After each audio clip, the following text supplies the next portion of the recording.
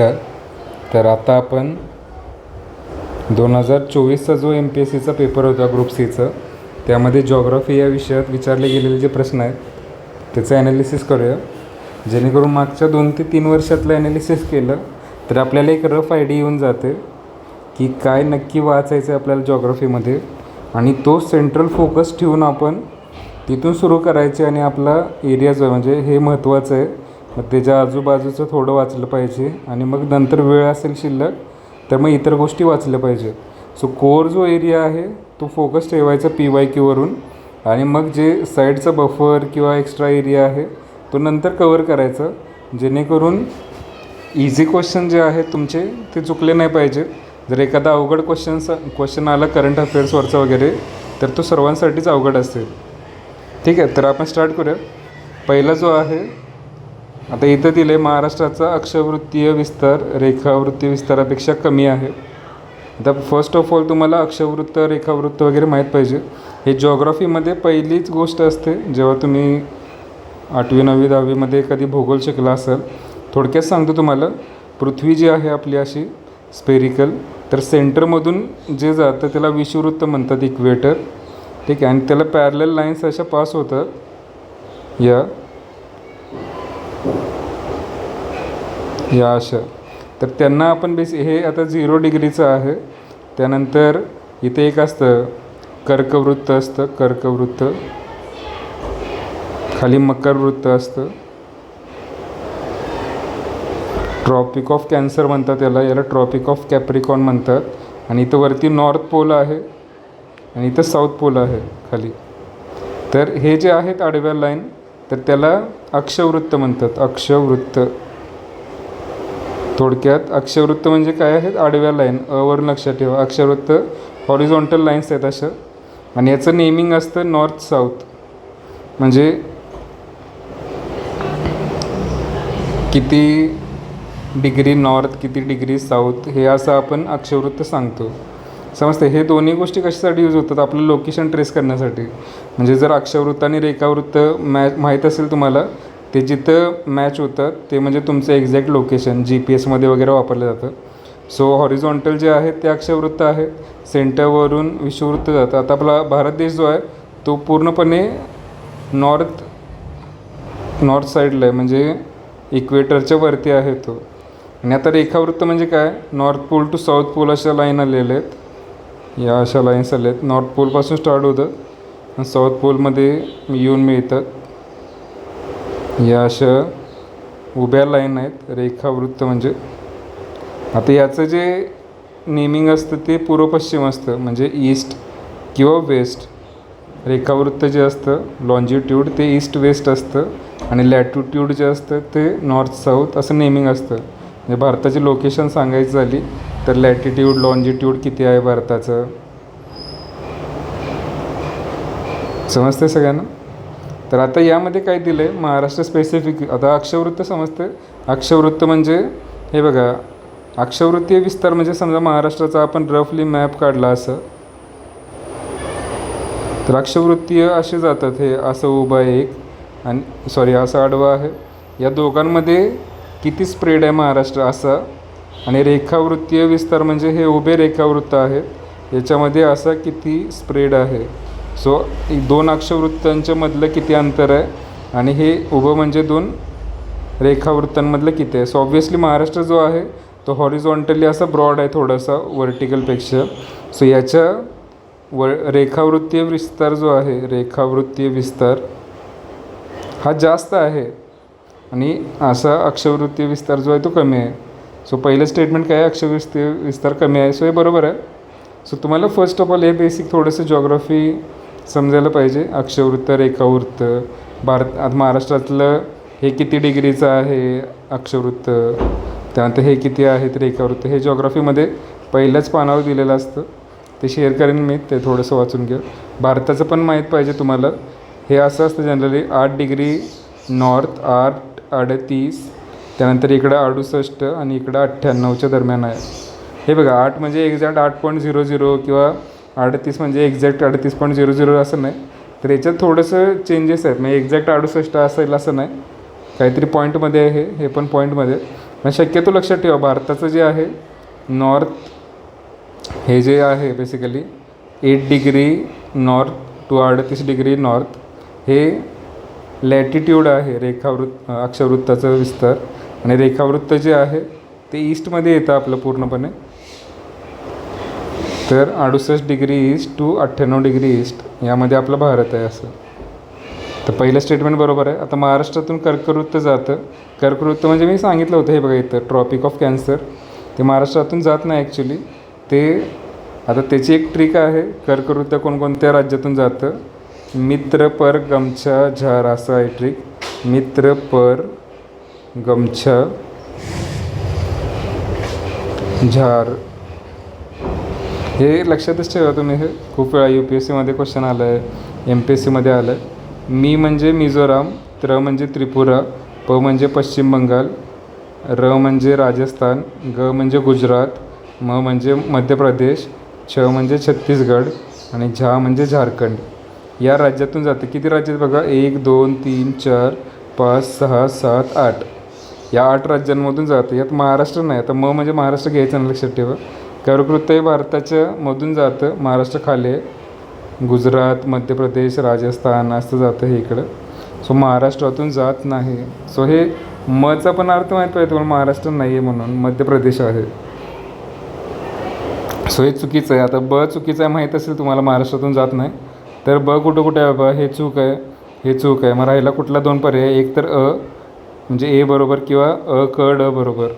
आता हे काय बघा, महाराष्ट्राची पूर्व पश्चिम लांबी सुमारे 800 किलोमीटर आहे. पूर्व पश्चिम म्हणजे इथं जे दिलं आहे आपलं, ही पूर्व आहे, इकडं पश्चिम आहे. ही लांबी अशी 800 किलोमीटर आहे. तर हे बरोबर आहे ॲक्च्युली. हे असं आडवं 800 आहे आणि उभं जे आहे ते 720 आहे. त्यानंतर एरिया दिला आहे, महाराष्ट्राचं क्षेत्रफळ 7,03,714 हे पण बरोबर आहे.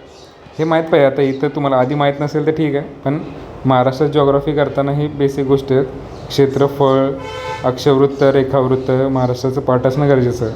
सो हे लक्षात ठेवा. आता मग आपण वाचताना ही गोष्ट आपण वाचली पाहिजे. त्यानंतर नेक्स्ट काय बघा, पर्वत शिखरांचा उंचीनुसार उतरता क्रम. उतरता म्हणजे काय आहे बघा, हे सगळ्यात उंच शिखर आहे, त्याच्यानंतर कमी, त्याच्यानंतर कमी, हे उतरतो आहे खाली आपण असं. सो सगळ्यात जास्त हाईट असणारं पर्वत शिखर, त्यानंतर कमी कमी कमी. आता तुम्हाला माउंट एव्हरेस्ट माहीत असेल, जगातलं सर्वात मोठं शिखर आहे, पण ते भारतात नाही आहे ॲक्च्युली, ते नेपाळमध्ये. तर मग आता नंदादेवी वगैरे आहे आपल्या भारतामध्ये, त्यानंतर बद्रीनाथ आहे आपल्या भारतामध्ये. आता मकालू जे आहे ते नेपाळ आणि चीनच्या बॉर्डरवर आहे. तसं अन्नपूर्णा हे जे आहे, एक्झॅक्ट लोकेशन बघायला पाहिजे याचं. तर यातलं सर्वात उंच जे आहे ते मकालू आहे, लक्षात ठेवा. समजतं. आता मकालू सगळ्यात उंच जर आहे, 8,000 काहीतरी उंची आहे त्याची. यामध्ये कोणत्या ऑप्शनमध्ये आहे मकालू सगळ्यात उंच? हे बघा, हा ऑप्शन आहे. बाकीचे माहीत नसतील तरी तुम्हाला एका उत्तरावरून पोचता येतं की कुठलं उंच आहे सगळ्यामध्ये. सो काय करायचं आता, हे लक्षात कसं ठेवायचं मग? जगातली टॉप जे आहेत, टॉप 5 पीक्स लक्षात ठेवा. म्हणजे माउंट एव्हरेस्ट, त्यानंतर कोणते आहेत, आणि भारतातील पण टॉप 5, भारतातील टॉप 5 पीक्स म्हणजे सगळ्यात उंच शिखरं. तसं महाराष्ट्रातली वगैरे आपण बघू नंतर. कळसुबाई शिखर तुम्ही ऐकलं असेल सह्याद्रीमध्ये, ते उंच आहे. सो आता याचा सिक्वेन्स काय दिला बघा, मकालू आहे, त्यानंतर दुसरा अन्नपूर्णा आहे, त्यानंतर नंदादेवी उत्तराखंडमध्ये, आणि बद्रीनाथ आहे. बद्रीनाथ देवस्थान आहे ॲक्च्युली, सगळ्यांना माहीत असेल. केदारनाथ, बद्रीनाथ, गंगोत्री, यमुनोत्री. त्यानंतर नेक्स्ट काय बघा, भारताची खालीलपैकी कोणत्या एका देशाची सर्वात जास्त लांब सीमा आहे? आता 25चा पेपर आपण डिस्कस केला, त्यामध्ये मी सांगितलं होतं भारत आणि त्याच्या शेजारचे देश कोणकोणते आहेत आणि त्याच्या सीमा, म्हणजे कोणते राज्य लागून आहेत, सीमा किती आहेत. सो हा परत रिपीटेड टाईप क्वेश्चन्स येतात बघा. सो तुम्हाला पण जर असा क्वेश्चन आला भारताच्या शेजारील देशाबद्दल तर चुकवायला नको. आता लक्षात, मी हे वाचल्यावरच लक्षात येईल, सगळ्यात जास्त सीमा जी आहे ती बांगलादेशसोबत आहे. बांगलादेश, त्यानंतर चायना, चीनसोबत आहे, त्यानंतर पाकिस्तान, त्यानंतर नेपाळ आहे. पहिलं हे 3 तर लक्षात ठेवा, याच्यासोबत आहे बांगलादेश. कारण हे बघा, बांगलादेशला पूर्ण आपण तिन्ही बाजूनं असं गुंडाळलेलं आहे आणि त्याच्या खाली समुद्र आहे बंगालचं. सो बांगलादेशची सगळ्यात जास्त सीमा आहे. त्यानंतर चीनची आहे, त्यानंतर पाकिस्तान आहे, मग नेपाळ, त्यानंतर मग म्यानमार, त्यानंतर भूतान आहे आणि सगळ्यात कमी अफगाणिस्तानबरोबर आहे. आता हे बघा, अफगाणिस्तानबरोबर आपली डायरेक्ट सीमा जी आहे ती आपला पाकिस्ताननं जो भाग व्यापलेला आहे POK त्यामध्ये आहे. सो लक्षात ठेवायचं आहे सिक्वेन्स. परत विचारलं गेलं तर तुम्हाला आलं पाहिजे. बांगलादेश, चायना, पाकिस्तान, नेपाळ, म्यानमार, भूतान आणि अफगाणिस्तान. सो सगळ्यात जास्त सीमा कोणाबरोबर आहे? बांगलादेश. सोपा क्वेश्चन आहे हा. त्यानंतर नेक्स्ट काय बघा, 2011ची जनगणना. आता लेटेस्ट जनगणना चालू आहे आपली यावर्षी. सो त्याचा डेटा पब्लिश होऊन त्याच्यावर क्वेश्चन येण्यासाठी आणखी 1-2 वर्ष लागतील. सो तुम्हाला यावर्षी जो प्रश्न येईल तो सुद्धा 2011च्या जनगणनेवरच येणार. त्यातला डेटा जो आहे, कारण तो ऑलरेडी अवेलेबल आहे. आत्ता सध्याचा जो डेटा आहे तो अजून मिळालेला नाही आपल्याला आत्ताच्या जनगणनेचा. तर त्यामध्ये काय सांगितलं आहे बघा इथं, की जिल्हा आणि त्याची शहरी लोकसंख्या. म्हणजे एखादा जिल्हा जो असतो त्यामध्ये काही लोक शहरात राहत असतात आणि काही लोक खेडेगावात राहत असतात. आता आपल्या महाराष्ट्राचा विचार करायला गेला तर साधारणतः 55% लोक शहरात राहतात, 45% खेड्यात राहतात. खेड्यात, एकच मिनिट ते चेक करायला पाहिजे, खेड्यात आणि शहरात राहणाऱ्या लोकांचं प्रमाण. भारतात जास्त करून खेड्यामध्ये राहणाऱ्या लोकांची संख्या जास्त, महाराष्ट्रात पण तसंच आहे बहुतेक, मी आता उलटं सांगितलं. सो आता हे बघूया आपण. हे जे 4 जिल्हे दिले आहेत, अहिल्यानगर, यवतमाळ, सातारा आणि लातूर, यामधलं शहरी लोकसंख्या कुठे जास्त आहे. आणि म्हणजे हे जे स्टॅटिस्टिक्स आहे ना, लोकसंख्या, शहरी, ग्रामीण, त्यानंतर स्त्री पुरुष लोकसंख्या, त्यानंतर लोकसंख्येची घनता वगैरे, हे याचे चार्ट्स जे ते मी शेअर करेन. तर त्यातून डेटा लक्षात ठेवायचा प्रयत्न करा, कारण जनगणनेवर 2 ते 3 प्रश्न येतात MPSCमध्ये. स्त्री पुरुषची संख्या किती आहे, लिंग गुणोत्तर म्हणतात त्याला बेसिकली. चाइल्ड सेक्स रेशोसुद्धा असतं, लहान मुलांची संख्या वगैरे. तर यामध्ये आता हे 4 जिल्हे जे आहेत, आता एकदम जास्त कमीचे नाही आहेत हे, सातारा, लातूर, यवतमाळ आणि अहिल्यानगर. आता यात शहरी लोकसंख्या जी आहे, हा जो लातूर आहे त्याची 25.47% आहे. त्यानंतर सातारा जो आहे त्याची 18% आहे, यवतमाळ जी आहे त्याची 21% आहे आणि अहिल्यानगरची 20% आहे. ठीक आहे. आता हे थोडंसं फॅक्च्युअल गोष्टी आहेत, त्या आपल्याला पाठ कराव्या लागतील. सो याच्याशी रिलेटेड लक्षात ठेवा, जनगणनेचे आकडे जे आहेत ते पाठ करा. प्रत्येक वर्षी एक क्वेश्चन त्याच्यावर फिक्स असतो, 2 ते 3 क्वेश्चन असतात. आता हा अवघड प्रश्न आहे खाली जो आहे तो, की संथाली भाषेमध्ये कोणती लिपी वापरतात. आता संथाली भाषाच बेसिकली आदिवासी टाईप लँग्वेज आहे, झारखंड, ओडिसामध्ये वापरली जाते. आणि त्याच्यामध्ये लिपी कोणती वापरतात, म्हणजे रायटिंगसाठी जे भाषा एक्सप्रेस करण्यासाठी जी लिपी वापरली जाते, जसं की देवनागरी लिपी आहे, आपण मराठी हिंदीचे लिहित होते, तसंच या लँग्वेजसाठी कोणती लिपी वापरली जाते. हा अवघड क्वेश्चन आहे, कुठल्या पुस्तकात सापडणार नाही तसं. याचं आहे उत्तर ओल चिकी. ठीक आहे. सो हे काय अवघड प्रश्न जे म्हणतो आपण, जे सुटणार नाही त्यापैकी एक आहे. सो याच्यासाठी काय वाचू शकत नाही आपण प्रत्येक भाषेची लिपी वगैरे, कारण असे प्रश्न रिपीट होत नाहीत कधी. त्यानंतर नेक्स्ट काय बघा, स्तंभ ब, जोड्या जुळवाचा प्रश्न आहे. भंडारा, नंदुरबार, उदयपूर आणि संभाजीनगर. आणि त्यामध्ये कोणत्या बेसिकली जिल्ह्याला काय म्हणतात, यशवंत किंवा त्यातलं काय फेमस आहे. यशवंत तलाव कोणत्या जिल्ह्यात आहे, कुठल्या याला सिटी ऑफ लेक्स म्हणतात, कुणाला सिटी ऑफ गेट्स म्हणतात आणि कुणाला तलावाचा जिल्हा म्हणतात. आता हे बघा, सिटी ऑफ गेट्सवर यावर्षी 2026च्या ग्रुप Aच्या MPSCवर प्रश्न आला होता आणि हे 24चा पेपर आहे. सो यावरून तुम्हाला लक्षात येईल की हे जे पेपर आहेत ते सायमल्टेनियसली इंटरचेंज होत राहतात, म्हणजे इकडचं तिकडं, तिकडचं इकडं. सो PYQ सगळ्यात मोस्ट इम्पॉर्टंट आहे. एक जरी माहीत असेल तुम्हाला तरी 50-50 लेवलला येता तुम्ही, आणि मग त्यामध्ये ॲक्युरसी वाढण्याची शक्यता जास्त असते. आता त्यामध्ये सिटी ऑफ गेट म्हणजे दरवाजांचं शहर वगैरे जे म्हणतो आपण, ते संभाजीनगर आहे, कारण तिथे खूप सारे गेट्स वगैरे आहेत. कधी गेला तुम्ही संभाजीनगरमध्ये. गेट्स म्हणजे बेसिकली जुन्या काळामध्ये एंट्री पॉईंट्स जे असतात सगळ्या बाजूंना एंट्री वगैरे असं. सो आता डचं 3 जर माहीत असेल, डचं 3, तर हे 2च पर्याय राहतात. वरचे 2 पर्याय जे आहेत ते चुकीचे आहेत, कट करून टाकायचे डायरेक्ट. तर डचं 3 आहे आणि अचं 4 आहे. म्हणजे भंडाऱ्याला म्हणतात तलावांचा जिल्हा. आता हा प्रश्न पण आला होता तलावांचा जिल्हा वगैरे या वर्षीच्या MPSCमध्ये. सो जर 24चा तुम्ही पेपर बघितला असतं तर आत्ताचा प्रश्न तुम्हाला सुटला असतं. त्यानंतर आता उदयपूर जे आहे राजस्थानमधलं, त्याला पण सिटी ऑफ लेक्स म्हणतात. तर हे कचं 3 आहे. आणि नंदुरबारमध्ये मग यशवंत तलाव आहे.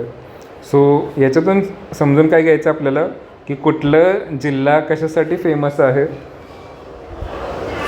तांदळाचा जिल्हा वगैरे विचारलं होतं आत्ता यावर्षीच्या पेपरमध्ये, गोंदिया वगैरे काय तर होतं. सो असंच कोणत्या उत्पादनासाठी, गहू, त्यानंतर सोलापूरच्या चादरी आहेत, कुठला जिल्हा कशासाठी फेमस आहे ते लक्षात ठेवायचं. त्यानंतर नेक्स्ट काय बघूया, फॅमाईन कमिशन जे आलं होतं त्यानुसार कृषी 17वा क्वेश्चन आहे 1881. महाराष्ट्र कृषी आयुक्त कार्यालय पुण्यात आहे आणि कृषीभूषण पुरस्कार माजी मुख्यमंत्र्यांच्या नावे दिला जातो. आणि यातलं कुठलं बरोबर कुठलं चूक हे ओळखायचं तुम्हाला. आता हा बेसिकली पुरस्कार वगैरे जे आहे करंट अफेअर्समध्ये येतं.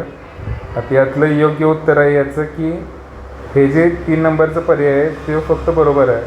म्हणजे कृषीभूषण जे आहे शेतकऱ्यांना जो दिला जातो तो माजी मुख्यमंत्र्यांच्या नावानं दिला जातो. म्हणजे आधीचे जे मुख्यमंत्री असतील, समजतं सगळ्यांना, विलासराव देशमुख असतील, पृथ्वीराज चव्हाण असतील, पंजाबराव देशमुख असतील, यांच्या नावाने दिला जातो. हे आता कृषी आयुक्तालय मुकुंदनगर इथे नाही आहे आणि हे पण तारीख चुकलेली आहे. सो याचं उत्तर आहे फक्त क विधान बरोबर आहे.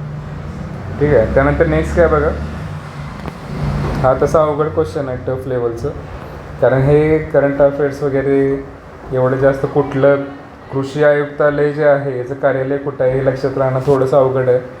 कारण प्रत्येक विभागाचं मग कार्यालय तुम्हाला बघायला लागेल कुठल्या विभागाचं कुठं आहे वगैरे. ठीक आहे. सो हे नाही करायचं, काय करायचं. सो आपल्याला आपण आता हे स्टडी कशासाठी करतो आहे की बाबा प्रिव्हियस इयरमधून जे रिपीट होतील क्वेश्चन्स आणि जो वाचायचं आहे आपल्याला त्यासाठी आपण एक बॉर्डर ठरवतो की बाबा हे विचारलं जाते तर एवढं वाचायचं. आणि हा प्रश्न जो आहे तो रँडम क्वेश्चन येतात काही, जसं रँडम एरर असतात मेट्रोलॉजीमध्ये, सिस्टमॅटिक एरर आणि रँडम एरर. सिस्टमॅटिक एरर आपण दुरुस्त करू शकतो, रँडम एरर कधी दुरुस्त करू शकत नाही. तसंच सिस्टमॅटिक जे क्वेश्चन येतील त्याचे आन्सर करता येतील. रँडम क्वेश्चन असतील काही ते आपल्याला अभ्यास करता येणार नाही त्याचं. जर माहीत असेल तर ठीक, नाहीतर मग स्किप करायचं. आता हे काय दिलं बघा, मासेमारी बंदर म्हणजे काय, पोर्ट जे असतात समुद्रकिनारी जे जहाजं लावण्यासाठी ट्रेडिंगसाठी जे असतात. तर मासेमारीसाठी काही बंदर जे आहेत, पोर्ट जे आहेत ते फेमस आहेत आणि ते कुठल्या जिल्ह्यात आहेत ते सांगायचं. डहाणू, माहीम, दाभोळ आणि विजयदुर्ग. आता या 4पैकी कोणतं नाव ऐकलं आहे तुम्ही? विजयदुर्ग किल्ला आहे, लक्षात ठेवा. सिंधुदुर्ग, विजयदुर्ग जवळजवळ आहेत किल्ले. आता विजयदुर्ग नावाचा कोणता जिल्हा नाही आहे, पण जिल्हा कोणता आहे? सिंधुदुर्ग माहिती आहे तुम्हाला. काय सांगतो समजतं आहे का? विजयदुर्ग, सिंधुदुर्ग हे 2 किल्ले फेमस आहेत समुद्रातले आणि हे दोन्ही किल्ले जवळजवळ आहेत. याचा अर्थ ते सिंधुदुर्ग जिल्ह्यात असणार. तर डचं 3 आहे. कुठे आहे बघा, हे डचं 3 पहिल्याच पर्यायामध्ये आहे इथं. सो एक जरी माहीत असेल तुम्हाला डचं 3, एकच मिनिट.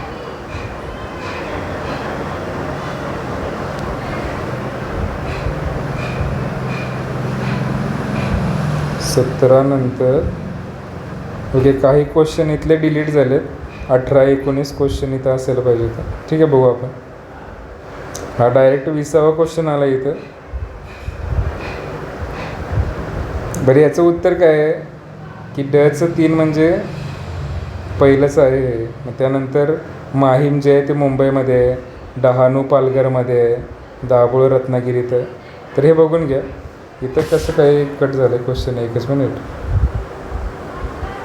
कुठं खाली वगैरे गेलं आहे का एकदा चेक करते यामध्ये.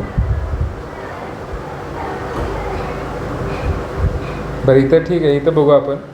निकनेम सिटी वगैरे इथं दिलं आहे 17. त्यानंतर 20वा क्वेश्चन बरं 18वा क्वेश्चन काय ते रीड करतो मी एकदा. त्यामध्ये जिल्हा आणि त्याचं लिंग गुणोत्तर वगैरे दिलेलं आहे. त्यानंतर जिल्हा आणि जलविद्युत केंद्र वगैरे दिलेलं आहे. एकच मिनिट, ह्याची दुसरी कॉपी आहे का चेक करतो एकदम.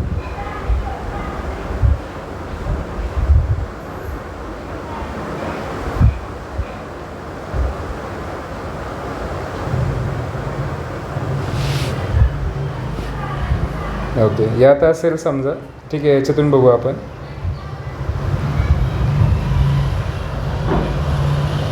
हे आत्ता आपण बघितलं होतं कोणत्या ह्याला, म्हणजे संभाजीनगरला, एकच मिनिट,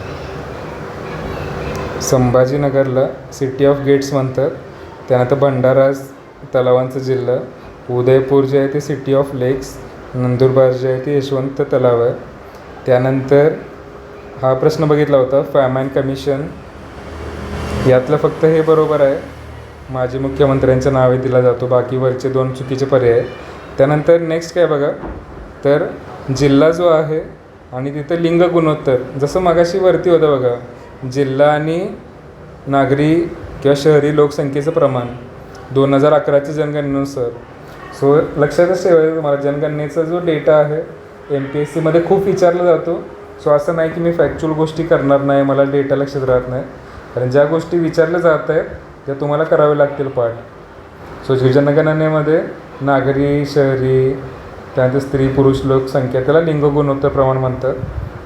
आता हे कसं लक्षात ठेवाल थोडंसं, हे बघा रत्नागिरी जे आहे त्याचं जास्त आहे खूप, नाही स्त्रियांची संख्या जास्त आहे तिथं पुरुषांपेक्षा. सो हे बघा लिंग गुणोत्तर म्हणजे काय, दर 1000 पुरुषांमागे स्त्रियांची संख्या किती आहे. म्हणजे 1000 असतील तर चांगली गोष्ट आहे, इक्वॅलिटी आहे. जर 1000पेक्षा कमी असेल लिंग गुणोत्तर, याचा अर्थ पुरुषांची संख्या 1000 आहे पण स्त्रियांची संख्या 1000पेक्षा कमी आहे. सो काही जण अनमॅरिड राहणार, समजतं. रत्नागिरीमध्ये जे आहे 1122 आहे. आता एक जर माहीत असेल तुम्हाला 1122 नंबर पण लक्षात ठेवा, सोपं आहे. रत्नागिरी जिल्हा लक्षात ठेवा जिथं लिंग गुणोत्तर पॉझिटिव्हमध्ये. तर बीचं 4 कुठे आहे बघायचं, बीचं 4 2 ठिकाणी आहे इथं. त्यामुळं आता 50-50पर्यंत आला तुम्ही, पहिले 2 तर कट झाले. बीचं 4 आणि एचं 3 माहीत झालं तुम्हाला, म्हणजे पुण्याचं माहीत झालं तुम्हाला 3 आहेत 915. म्हणजे काय बघा, पुणे आपण म्हणतो साक्षरता, शहरीकरण वगैरे, पण लिंग गुणोत्तर किती कमी आहे बघा पुण्यामध्ये, 915 आहे. याचा अर्थ जरी साक्षरता किंवा शहरीकरण जास्त असेल तरी लोक जे आहेत त्यांचा ॲटिट्यूड तो ऑर्थोडॉक्सच आहे, म्हणजे मुलं पाहिजेत वगैरे असंच आहे. वेरस रत्नागिरी काही जास्त फेमस नाही शिक्षण किंवा याच्यासाठी, पण तिथं लिंग गुणोत्तर चांगलं आहे, समजतं. कॉन्ट्राडिक्टरी आहे बघा, पुणे असायला पाहिजे तिथं सगळ्या टेक्नॉलॉजी वगैरे चांगल्या आहेत, पण तिथं लिंग गुणोत्तर कमी आहे. म्हणजे दर 1000 पुरुषांमागे फक्त 915च स्त्रिया आहेत. त्यानंतर अहिल्यानगर आणि नागपूर, आता नागपूरमध्ये 951 आहे लक्षात ठेवा, आणि अहिल्यानगर जे आहे तिथं 939 आहे. ठीक आहे, इंडियाचं काहीतरी 943च्या जवळपास आहे, आकडा चेक करायला पाहिजे एकदा. सो हे लक्षात ठेवायचं तुम्ही की लिंग गुणोत्तरचे जे आकडे आहेत थोडेफार पाठ असावेच, चांगलं कोणाचं आहे सगळ्यात, खराब कोणाचं आहे, जेणेकरून तुम्ही 50-50पर्यंत तरी पोहोचाल. जसं मी सांगितलं रत्नागिरीचं पॉझिटिव्ह आहे. सो ही तरी गोष्ट तुम्हाला माहीत पाहिजे पुढच्या परीक्षांमध्ये, जेणेकरून एखादा पर्याय जरी तुम्हाला आन्सर असेल माहिती तरी तुम्ही 50-50% येता. त्यानंतर लास्टचा क्वेश्चन जो आहे, ओके 19 नंबरचा आहे क्वेश्चन. आता जिल्हा दिला आहे आणि जलविद्युत प्रकल्पाचं नाव दिलं आहे की सोलापूरमध्ये कुठला आहे, सातारा, रायगड, सांगली. आता हे बघा, तुम्ही ज्या जिल्ह्यातला असाल त्या जिल्ह्यातलं कधीतरी तुम्ही फिरायला गेला असाल पावसाळ्यात डॅमवर वगैरे, तर तुम्हाला माहीत असेल. समजा वारणा जो आहे, आता मी समजा कराडमध्ये राहतो तर मला वारणाचं दूध संघ वगैरे माहीत आहे कुठं आहे, सांगली जिल्ह्यात आहे. तात्यासाहेब कोरे वगैरे फेमस आहेत. सो एक माहीत आहे मला हे की सांगलीचं जे आहे ते वारणा जलविद्युत प्रकल्प आहे. आता एक जर माहीत असेल डीचं 3, तर डीचं 3 कुठं आहे बघायचं. डीचं 3 इथं एक आहे, डायरेक्ट उत्तर आलं इथं डीचं 3, कारण इथं 2 आहे, इथं 1 आहे, इथं 4 आहे. हे एक जरी माहीत आहे तरी उत्तर आलं. सो तुम्ही असं नाही समजायचं एक्झाममध्ये किंवा अभ्यास करताना की हे जे वाचतोय मी हे आहे असं पडेल का. तुम्हाला जे जनरल नॉलेज आहे ते थोडंसं वाढवत चालला, जेणेकरून एक जरी पर्यायाचं उत्तर माहीत असेल तुम्हाला तरी मोठा प्रश्न जो आहे, म्हणजे चारही माहीत असायची गरज नाही. एक माहीत आहे तुम्हाला की वारणा जो प्रकल्प आहे तो सांगली जिल्ह्यात आहे, आन्सर सॉल्व झालं इथंच. म्हणजे बाकीचे नावं जरी ऐकली नसतील, जसं की उजनी सोलापूरमध्ये हे फेमस आहे, मोठं धरण आहे. आता उजनी सोलापूर अचं 4, आता अचं 4 3 ठिकाणी आहे बघा इथं, पण याच्यावरून तुम्ही एकच पर्याय इलिमिनेट करू शकता, समजतं. त्यानंतर मग आता इथून पुढे लक्षात ठेवा की सातारामध्ये कनेर आहे समजा, त्यानंतर रायगडमध्ये भिरा आहे. जेणेकरून यावर्षी जर प्रश्न आला आणि त्यामध्ये भिरा वगैरे दिला असेल नाव, तर रायगड माहीत पाहिजे तुम्हाला, कनेर नाव असेल तर सातारा माहीत पाहिजे. बाकी मोठी धरणं तर माहीतच पाहिजे. कोयना कुठं आहे बाबा, सातारा जिल्ह्यातच आहे. त्यानंतर जायकवाडी कुठं आहे बाबा, कुठल्या नदीवर आहे, समजते. मोठी धरणं तर माहीतच पाहिजे सगळ्यांना, पण ही पण आता जी आले आहेत छोटी धरणं, जलविद्युत प्रकल्प, हे पण माहीत पाहिजे थोडं थोडं. आणि लास्टचा क्वेश्चन जो आहे हे आपण बघितलं होतं, विजयदुर्ग सिंधुदुर्ग जिल्ह्यात आहे. एक माहीत असेल तुम्हाला, त्यानंतर माही मुंबईमध्ये, डहाणू पालघरमध्ये आणि दाभोळ रत्नागिरी. आता इथं वाचलं आहे तुम्ही, तर हे तर कंपल्सरी पाठच पाहिजे तुम्हाला. भविष्यात कधी प्रश्न आला, ही नावं असतील तर पाठच पाहिजे. पण याच्या व्यतिरिक्त मग आणखी जरा बंदरं बघायची, म्हणजे पोर्ट कोणकोणते आहेत आणि त्याचे फेमस काय, कोणती नदी वगैरे आहे तिथं, ते बघायचं. अशा प्रकारे अभ्यास केला रिव्हर्स इंजिनिअरिंग थोडंसं, तर कॉस्ट बेनिफिट रेशो जास्त मिळेल. ठीक आहे, थँक्यू.